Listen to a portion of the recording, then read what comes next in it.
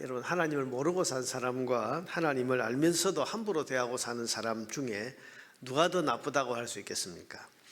하나님을 모르는 사람은 그 삶에 하나님이 아예 없습니다. 무심, 무관심, 또 무의식으로 사는 겁니다. 그러나 하나님을 알지만 하나님을 존중하지 않고 또 가볍게 여기고 함부로 대하며 사는 사람은 하나님을 멸시하는 사람이라고 할 수 있습니다. 어느 게 더 나쁘겠습니까?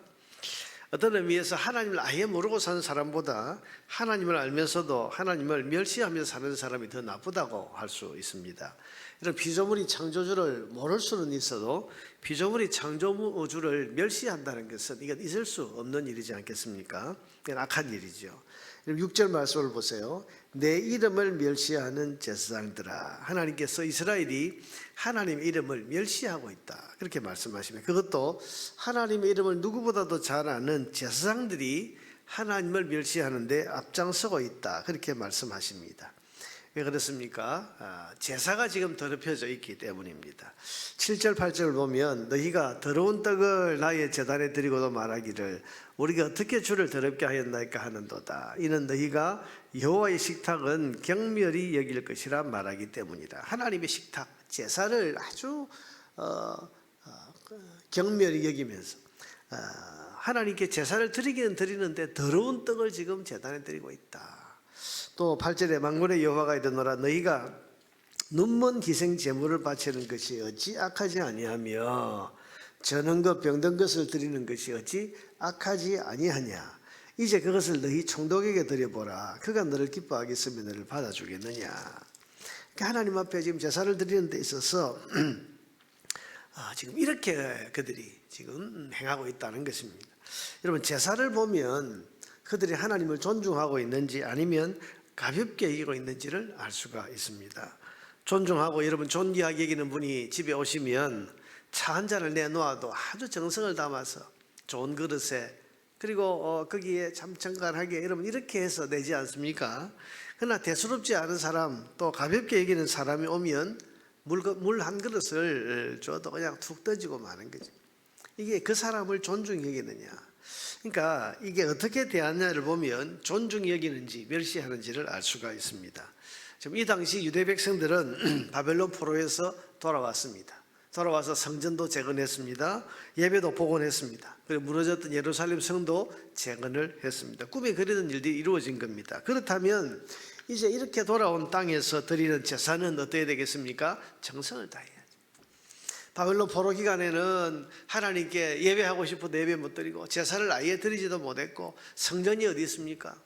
그들은 먼 바벨론 땅에서 포로와 같은 그런 생활을 했었는데 이제 돌아와서 성전도 다시 지었고 그래서 제사도 드릴 수 있게 됐고 또 예루살렘 성도 회복해서 이제 다시 출발하면 되는 이런 때 아닙니까? 그런데 그들이 이 놀라운 회복의 은혜를 주신 하나님 앞에 정성을 다했어야 됐는데 그들이 드리는 제사를 보니까 더러운 떡을 올렸다. 더러운 떡이라는 것은 율법의 지침대로 정성을 다해서 만든 떡이 아니고 대충 아무렇게나 만든 떡을 올린 거죠.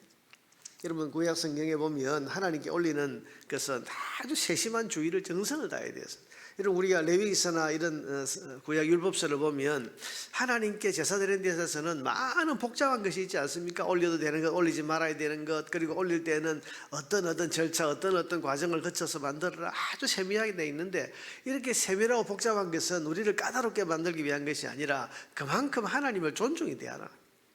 하나님 섬길 때 정성을 다하라는 거예요.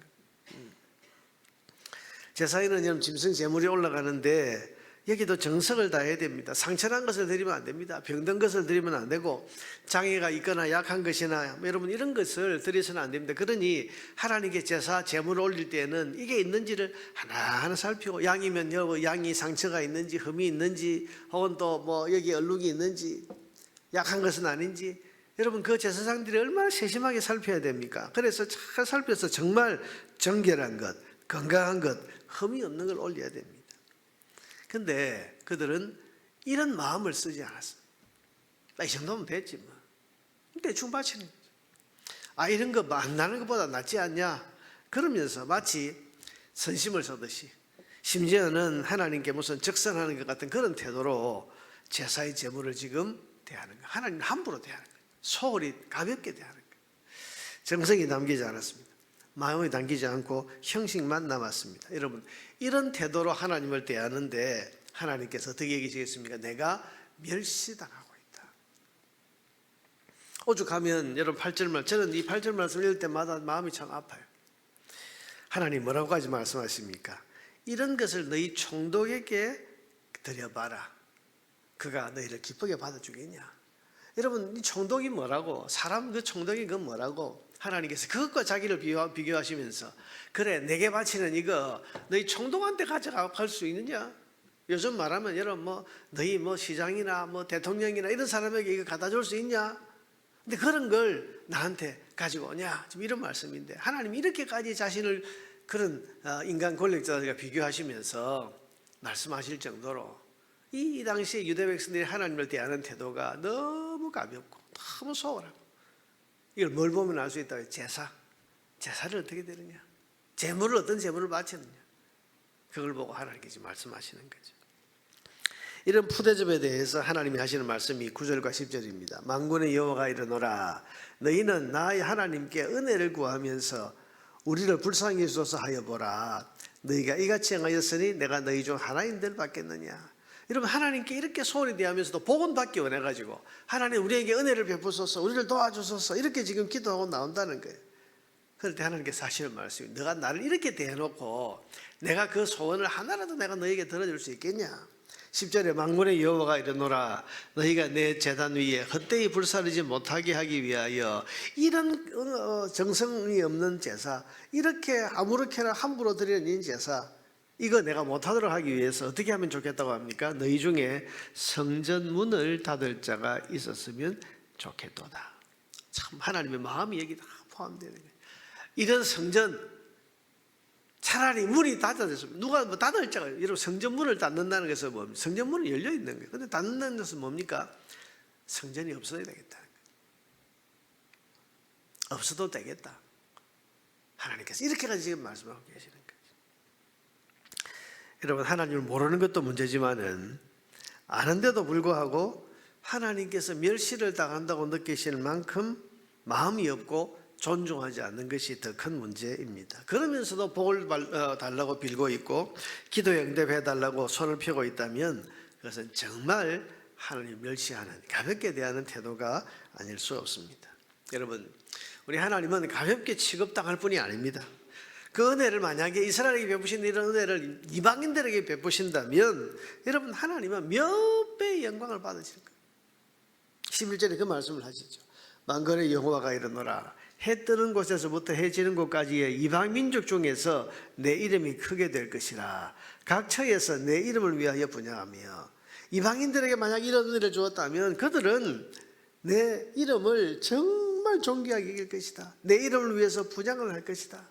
각처에서 내 이름을 위하여 분향하며 깨끗한 제물을 드리리니 이는 내 이름이 이방 민족 중에서 크게 될 것임이니라.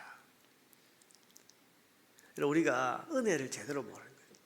고마움을 모르고 귀한 것을 귀한 게 여기지 못하는 거죠. 그래서 지금 하나님 하시는 말씀이 내가 너희에게 베푸는 은혜를 이방인들에게 베풀리니 그러면 그들은 너희들보다 몇 배나 더 정성을 다해서 나에게 감사할 것이다.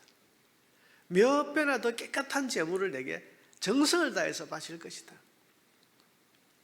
결국 무슨 말씀입니까? 귀중히 여길 분을 왜 귀중히 여기지 않고, 존중해야 할 분을 왜 존중하지 않고, 은혜 베푸신 하나님 앞에 그렇게 마음과 정성이 없이 그렇게 대하냐?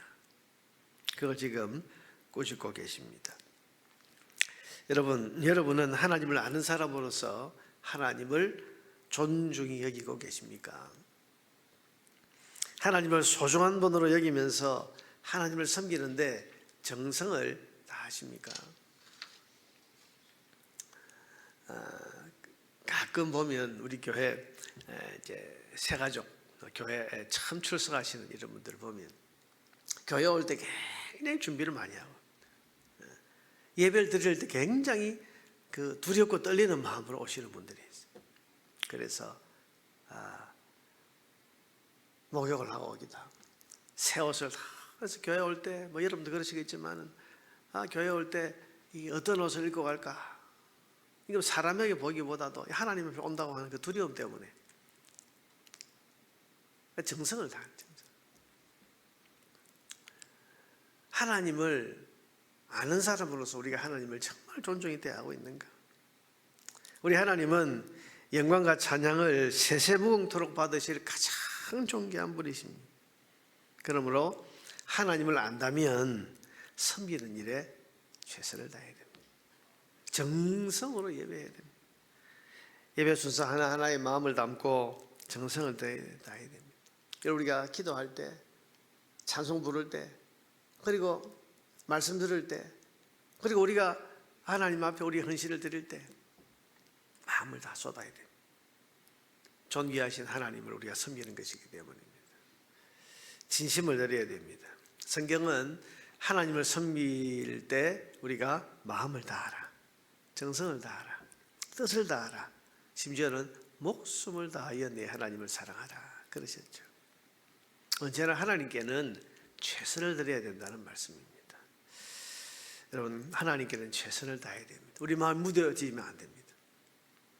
오늘 이 말라기 1장의 이스라엘 백성들의 이런 무성의한 태도는 물론 그들이 기대했던 그런 일들이 눈앞에 일어나지 않고 자기들이 생각했던 회복이 이루어지지 않기 때문에 하나님에 대해서 이렇게 대한 것이지만, 오늘 우리는 혹시나 너무 무뎌져 있기 때문에, 하나님 은혜에 대해서 이제는 너무 무뎌져 있기 때문에, 그래서 하나님을 대할 때, 하나님을 섬길 때 우리가 마음을 다하지 않는 것은 아닌지 우리 스스로를 한번 되짚어 보아야 할 것입니다.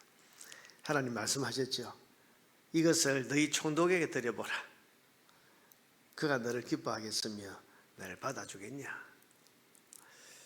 하나님께서 우리가 하나님을 섬기되 최선을 다해서 마음을 담아서 정성을 다해서 섬기는 것을 기뻐하십니다. 또 하나님 그런 영광을 받으시기에 합당한 분이십니다.